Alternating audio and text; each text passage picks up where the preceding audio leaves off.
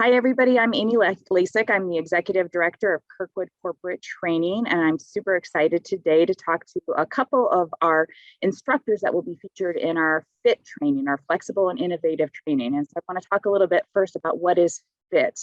And so we're here at Corporate Training to provide training for your employees at your establishment or your organization in a way that's best for you. And what we've heard from you over the last couple of years is you want training that meets your needs, whether that's for a 1 hour training, whether that's a 4 hour training, whether it's online, you want to have the flexibility. So that's what we have provided with our FIT training. So why do we call it FIT? Well, we have 15 sessions that we've set up over the course of several months, from September of this year to May of next year. Some of them are online. Some of them are in person, some of them are 1 hour, some are 3, some are 4 hours based on the topic. And as an employer, you can purchase a bundle of seats of 10 and you can use them any way you want. So you can send one person to 10 of the sessions. You can have 10 employees go to a variety of them. You can have all 10 employees go to the same one. However you want to use it, it's a super flexible program that can best meet the needs of what you're needing. So super flexible. We're in the process of selling seats right now. And the good news is it's buy one bundle of 10, get the second bundle at half off. So let us know if you're interested. But the reason why we're coming today is we have two of our instructors that will be actually talking and leading their own sessions within our FIT program. And we want to give you kind of a sneak peek of who they are, what they're going to be talking about, to see if you have interest in taking those. So without further ado, I want to have our instructors introduce themselves. Sandra, we'll start with you. If you could talk a little bit about who you are, kind of what your specialty area is, and what can people expect from you as an instructor. Okay, sure, absolutely. Thanks for having me.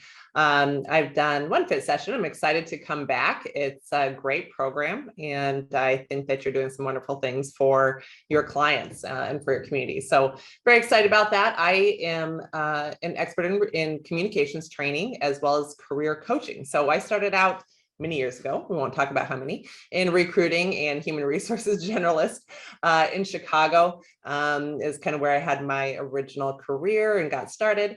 John Deere moved us towards Iowa and then to Germany and then back to Iowa. So here we are. And I've been carrying on ever since. But after recruiting and HR generalism, I got into coaching outplaced professionals. After experiencing myself, I was outplaced. And so that was all a good experience for career coaching and training. I started creating training for participants in particular about how to use technology as a resource back when it was still a little bit new, and have continued to stay involved in that as well. And after a stint overseas and getting my master's in organizational communication back here at University of Northern Iowa in Cedar Falls, Waterloo area, I've been focusing on creating and delivering in-person, virtual, and hybrid training and career and executive coaching for leaders, as well as people who've been outplaced. My expertise, I would say, is communication strategies and tactics that achieve motivation around shared goals and finding those shared goals, helping leaders build confidence in themselves, especially for new and advancing leaders, with steps that they can take in communication in particular, specific tactics to grow, hit their career goals. The topics that I typically teach on, I've done a lot, but building trust, leading teams, difficult one-on-one and group conversations, coaching conversations, and cultural competencies, especially around DEI and B, as that has been a growing topic as well. My style, which you can expect from me, highly interactive. I definitely like to include humor, stories. I have lots of them. I get around, so we all have some stories to share. And I like to get at these stories, the experience, the expertise in the room as well. People always, when they get talking, will start to learn, especially regarding how it relates to their own situation and experiences, right? Specific tactics and scripts that people can use after reflecting on what has and has not worked in the past. And I do use the golden circle from Simon Sinek, the get to the why, the how and the what, not only to teach and to help people learn, but also how they can lead using that framework as well. So that's a little bit about what you might expect from me.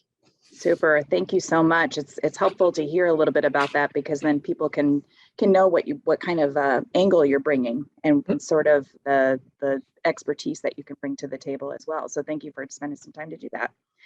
Jill, we'd love to hear from you as well and tell a little bit about yourself. Absolutely. And first of all, I'm like, sign me up. So sign me up for your session. Awesome. So hello, everyone. My name is Jill Kluesner. My pronouns are she, her, and hers. And I come to you as a former provider and advocate and educator in the behavioral health field. So I focus a lot of my time and intention around instructional design, creating engaging and accessible kind of public health education programs. But I also have over 15 years of experience working as a trainer in the public health field, as well as specifically the behavioral health field, working on local and regional and national initiatives really connected to workplace well-being. And so I would say if I had to kind of say what my instructional style is like, because I talk about mental health, specifically, the session I'll be providing is around suicide prevention, suicide intervention. My instructional style is really just warm, inviting, safe, and engaging. Super. And so Jill, we're going to start with you. Your session is actually in September, and the title of it is Question, Persuade, and Refer. So that's got me really interested. So I'm going to ask you a question. Can just tell us a little bit more about if somebody were to go to that session, what is it that they can get from that? What is it that they can maybe bring back to their workplace and improve their professional development? Yeah, so the session QPR, it stands for that question, persuade, and refer. What this is really getting at is many of our workplaces are equipped with the people and resources necessary if somebody's experiencing a physical health emergency. And yet often our workplaces are just not really well equipped to immediately support during a mental health crisis, specifically when we're talking about the crisis of suicide. And so QPR is not a form of counseling or treatment, but rather it's really intended to equip participants who attend with all the tools necessary to recognize warning signs of suicide. And then even as equally important is the tools that then support people to be able to take positive action. And so again, it's going to be creating a space for us to be able to talk about what are those warning signs? What are things that we want to be noticing in our colleagues and also beyond our friends, our neighbors, and our communities, and how we can really connect and offer that immediate connection and support, potentially saving lives. Such an important topic, in particular in the last couple of years when we've all been stressed quite a bit in many facets of our life. So it sounds like a great topic for many individuals, managers, frontline workers to go to and learn a little bit more about. So thank you. Sandra, your session will be in October, and the title is Leading from the Seat You're In. So I'm interested to hear a little bit more about what we can expect from your session. Yeah, absolutely. And I really liked what Jill had to say because it gets at a lot of what we try to use as trainers and in such an important area, incredibly vital. But what you can expect from my session is habits, tactics, and scripts that are really part of key conversations, especially for people who are becoming new team leaders or are trying to extend their influence and their leadership from where they're at. And that often, at least in some previous sessions, is usually people who've come into a new position or are now leading colleagues that were formerly colleagues. And so it gets a little bit tough. It can be a little bit hard. And so the conversations that we're going to talk about, specific habits, tactics, and scripts, which is a little bit about what Joe's referring to too, are things that would accelerate trust, right, in them as a leader.